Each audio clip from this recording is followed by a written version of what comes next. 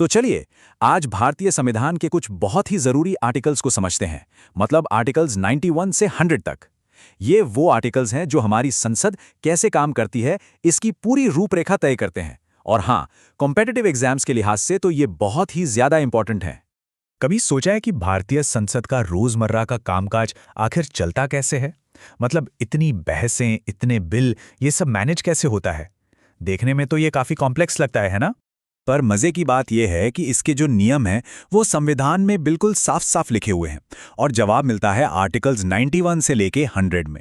ये 10 आर्टिकल्स, बस यही 10 संसद के दोनों सदनों मतलब लोकसभा और राज्यसभा के लीडरशिप, उनके ऑपरेशंस और डिसीजन मेकिंग सब कुछ तय कर देते हैं। ठीक है, तो शुरुआत करते हैं राज्यसभा के लीडरशिप स्ट्रक्चर से। देखते हैं कि वहां चीजें कैसे काम करती हैं।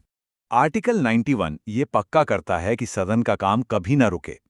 ये कहता है कि अगर चेयरमैन, जो कि हमारे वाइस प्रेसिडेंट होते हैं, वो किसी वजह से मौजूद नहीं है या उनका पद खाली है, तो डेप्यूटी चेयरमैन उनकी सारी जिम्मेदारियां निभाएंगे।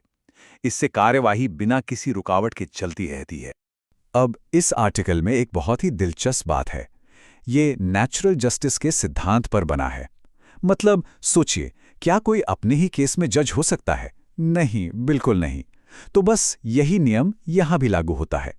अगर चेयरमैन या डिप्टी चेयरमैन को हटाने का प्रस्ताव चल रहा हो तो उस वक्त वो सदन की अध्यक्षता नहीं कर सकते। हाँ, वो सदन में मौजूद रह सकते हैं, अपनी बात रख सकते हैं, पर कुर्सी पर नहीं बैठ सकते। चलिए अब राज्यसभा से लोकसभा की तरफ चलते हैं। देखते हैं कि हाउस ऑफ द पीपल यानी लोकसभा में लीडरशिप का स्ट्रक्चर कैसा है। यहां एक बड़ा फर्क है। राज्यसभा के चेयरमैन तो देश के वाइस प्रेसिडेंट होते हैं, लेकिन लोकसभा में स्पीकर और डिप्टी स्पीकर को सदन के सदस्य अपने में से ही चुनते हैं। ये प्रक्रिया लोकसभा के सबसे बड़े पदों के लिए स्टेबिलिटी और अकाउंटेबिलिटी दोनों को पक्का करती है। और इसमें एक मजेदार बात यह है कि स्पीकर अपना इस्तीफा डेप्यूटी स्पीकर को देते हैं और डेप्यूटी स्पीकर अपना इस्तीफा स्पीकर को। ये एक तरह का म्यूचुअल अरेंजमेंट है। तो यहां एक बहुत जरूरी पॉइंट है जिस पर ध्यान देना चाहिए। दोनों सदनों में लीडरशिप सक्सेशन का जो तरीका है वो काफी मिलता जुलता है, पर उसमें एक छोटा सा लेकिन बहुत ही क्रूशियल फर्क है और एग्जाम्स में अक्सर यहीं से सवाल बनता है। देखिए, दोनों सदनों में अगर चेयरमैन या स्पीकर नहीं है तो डिप्टी चेयरमैन या डिप्टी स्पीकर काम संभालेंगे। ये तो सिंपल है। लेकिन अगर दोनों ही एब्सेंट है तब क्या होगा? यहीं पर फर्क आता है। राज्यसभा में राष्ट्रपति किसी सदस्य को नियुक्त करते हैं, जबकि लोकसभा में ये सदन के नियमों के हिसाब से तय होता है। लीडरशिप की बात तो हो गई। अब उन 3 आर्टिकल्स पर आते हैं जो संसद के कामकाज का पूरा ढांचा तैयार करते हैं। ये तीनों मिलकर एक पूरी व्यवस्था बनाते हैं। आर्टिकल 97 के तहत सदस्यों को वेतन और भत्ते मिलते हैं। आर्टिकल 98 ये सुनिश्चित करता है कि दोनों सदनों के पास अपना अलग सेक्रेटेरिएट हो जो एडमिनिस्ट्रेटिव सपोर्ट देता है। और आर्टिकल 99 के मुताबिक हर सदस्य को अपनी सीट लेने से पहले राष्ट्रपति के सामने शपथ लेनी होती है। और अब हम आते हैं शायद इस ग्रुप के सबसे जरूरी आर्टिकल पर, आर्टिकल 100। ये वो आर्टिकल है जो बताता है कि संसद में कोई भी फैसला आखिर लिया कैसे जाता है।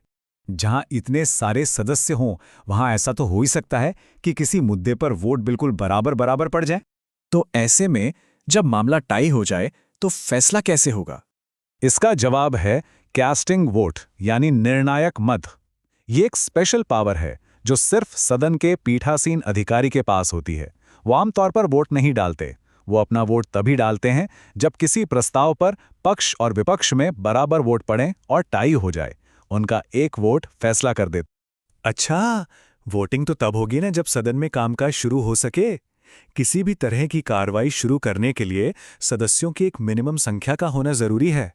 इसे ही कहते हैं क्वोरम या गणपूर्ति। और आर्टिकल 100 ये संख्या तय करता है, सदन की कुल सदस्य संख्या का 10वां हिस्सा यानी 1/10। तो एग्जाम के पॉइंट ऑफ व्यू से ये नंबर्स याद रखना बहुत जरूरी है।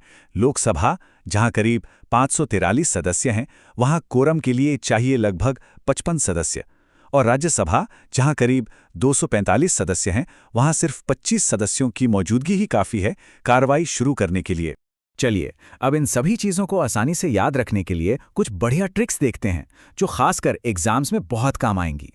इन आर्टिकल्स को ग्रुप में याद रखना सबसे आसान तरीका है। 91 और 92 राज्यसभा की लीडरशिप के लिए, 93 से 96 लोकसभा की लीडरशिप के लिए, और फिर 97, 98, 99 ये 3 हैं संसद के कामकाज के 3 पिलर्स: सैलरी, ऑफिस और ओथ, SOO। ऐसे याद रख सकते हैं। और आर्टिकल 100 के लिए तो एक बहुत ही सिंपल सी लाइन है, 100% मतदान नियम, कोरम 10%। देखिए आर्टिकल नंबर 100, और इसमें बात हो रही है वोटिंग की और 10% कोरम की। इससे ये दोनों बातें हमेशा याद रहेंगी।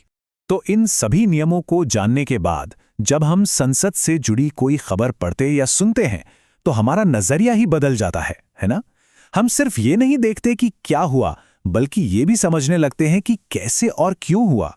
ये जानकारी हमें सिर्फ एक दर्शक से एक जागरूक नागरिक बनाती है, जो अपने लोकतंत्र की बारीकियों को समझता है।